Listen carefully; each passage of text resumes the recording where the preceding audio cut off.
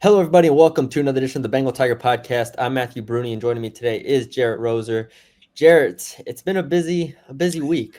We have a bunch of commits we'll talk about. We have hires, which we won't talk about here, but have been covered on the Bengal Tiger On3. How are you doing? How are you holding up? I'm doing well, man. I told Lamar Brown two and a half weeks ago that I was just waiting for his commitment announcement and then could not really go into vacation mode, but at least like scale back a little bit and try and recharge before fall camp hits us. Yes. I think way faster than any of us are really looking forward to quite yet. But now that Lamar's in the rear view, it's, MLB draft, SEC media days, and then start looking toward the 25 season, I guess. Yeah. Well, let's talk about it. Let's jump right to it. Lamar Brown, the number one athlete in the country, top 10 player in the country, commits to LSU. This was obviously a big deal for several reasons. The recruitment as a whole has been something we've tracked on the Bengal Tiger On3 for several months, if not several years. I remember watching him in camp, probably 2023, I think it was, when Coach Lindsey, when he was going to be the defensive line coach, was talking to him. But here we are. He's committed to LSU. Just you can take it wherever you want to go, whether it's the recruitment, his decision, ultimately what played out, what you think won it for LSU. Just where would you go with this decision?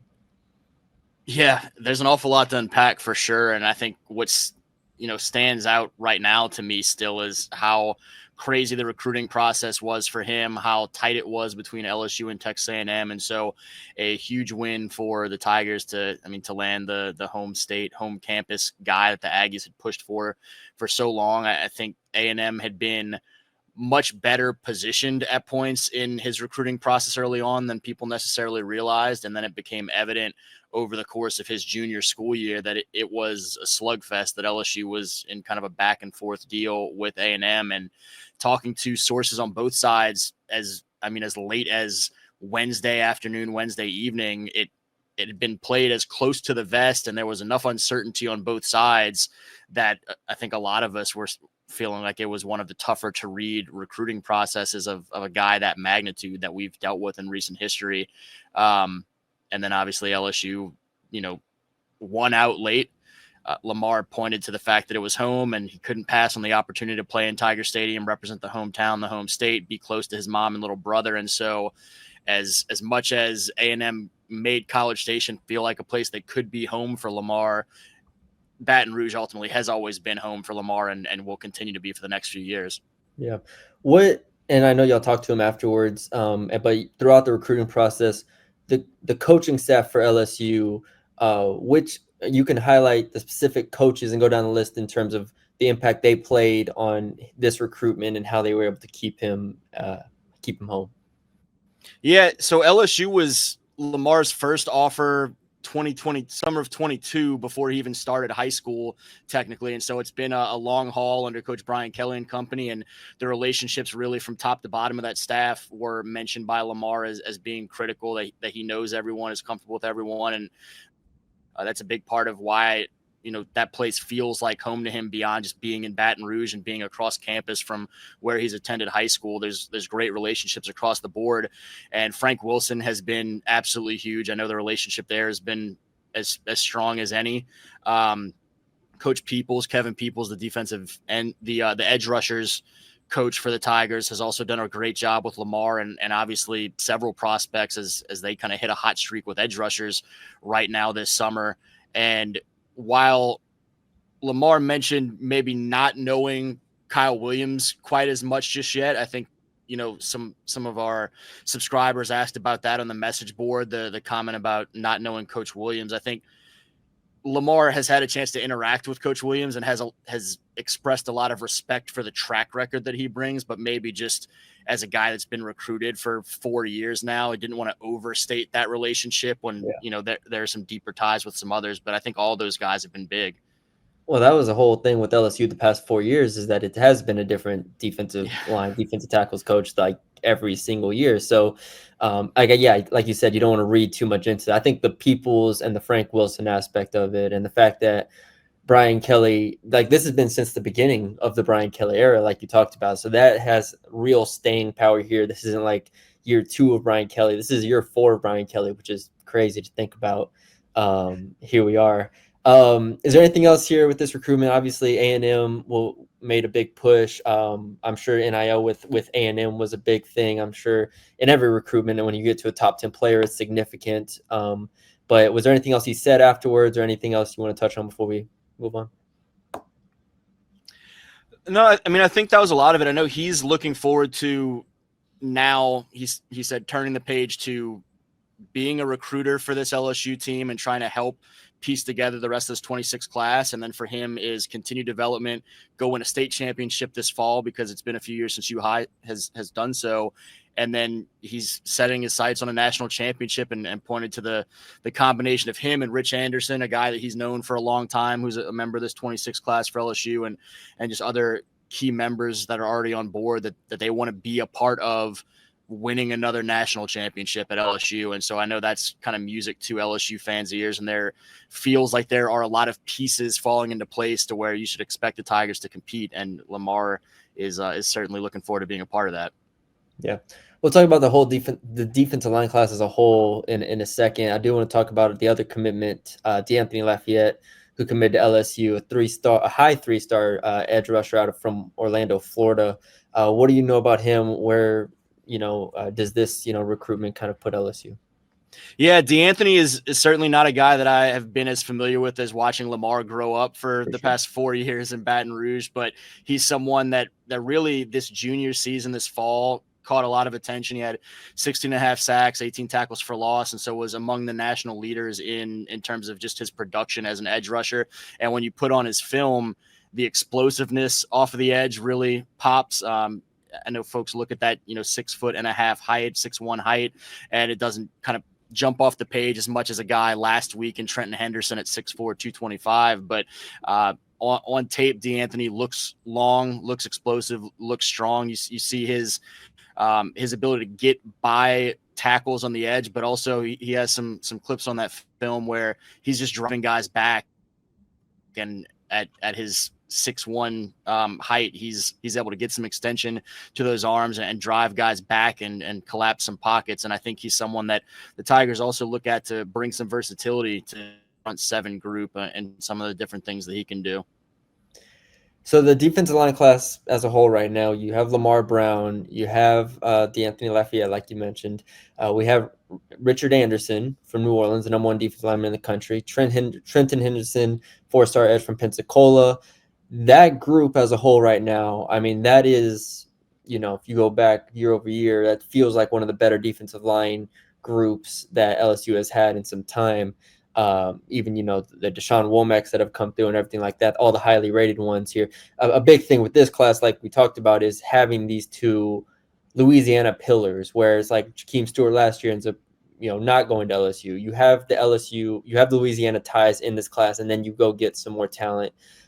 Just this class as a whole, how significant is it for Peoples, for Williams, for Kelly, and just this program to be like, okay, we don't need to go to the portal every single year because now we have this influx of talent, this influx of youth.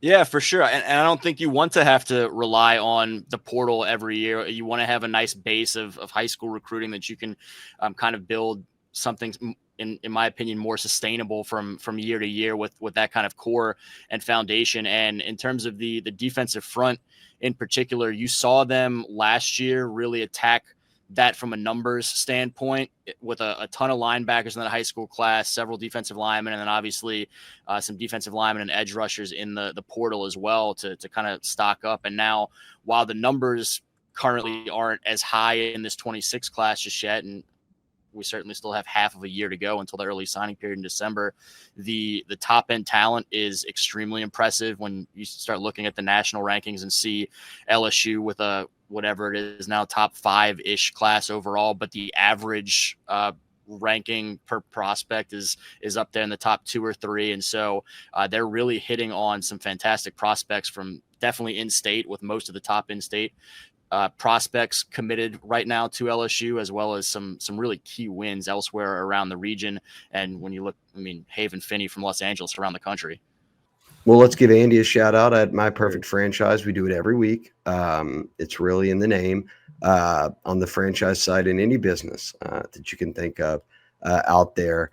Andy helps folks out with, and look, he's been a franchise owner. We've talked about this a lot of at a number of different levels, and really over the past few decades has kind of dedicated his life has become this bit, franchise business, and it's sort of developed now into being a consultant and has been for 10 plus years. So he's right there, border state guy over in Texas, has done a bunch of stuff with folks in the Bengal Tiger, but all you have to do is hit him up, and whatever it might be, you might be saying, hey, I don't know anything about, how to get into a franchise, or, hey, look, I've got this restaurant I'd like to get into, or whatever it might be. He follows it down to how much time you might have, money you might need to spend, everything. He's got it all broken down for you, and you never pay him anything, not start to finish, not a conversation, or all the way to a deal. You will never have to pay Andy anything if you end up getting a deal. Obviously, that franchise and Andy will have an agreement in place. But on your end, to have a consultant for free, just even hit up on email and kind of fill something out is big. And we thank Andy for it. And he's also landed his kind of new deal this offseason was to get into NIL on the college baseball side, which he's a massive college baseball fan. So any deal that he does with each kind of college that he has an ad deal with, like us here at the Bengal Tiger and LSU, he'll kick back some of what ultimately, if you do end up becoming jumping into a franchise, whatever he's paid out, he'll give some back to LSU baseball, and he's already done that this spring. So shout out to Andy for that, but hit him up, 404-973-9901, 404-973-9901, or email him, Andy, ANDY, at myperfectfranchise.net. You can also just Google My Perfect Franchise.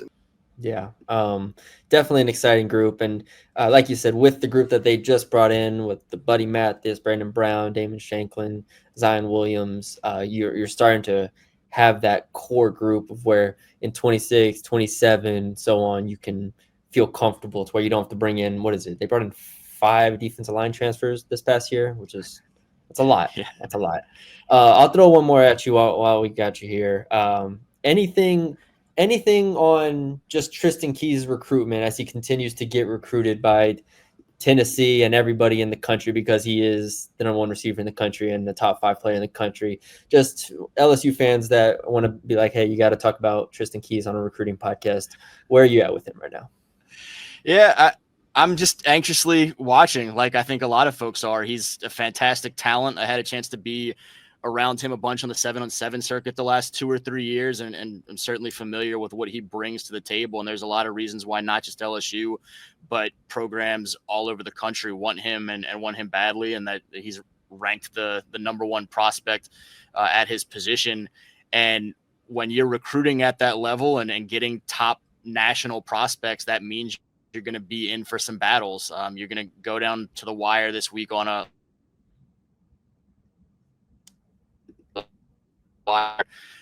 if like until December with Tristen Keys, where Tennessee and A&M and Miami and others continue to push.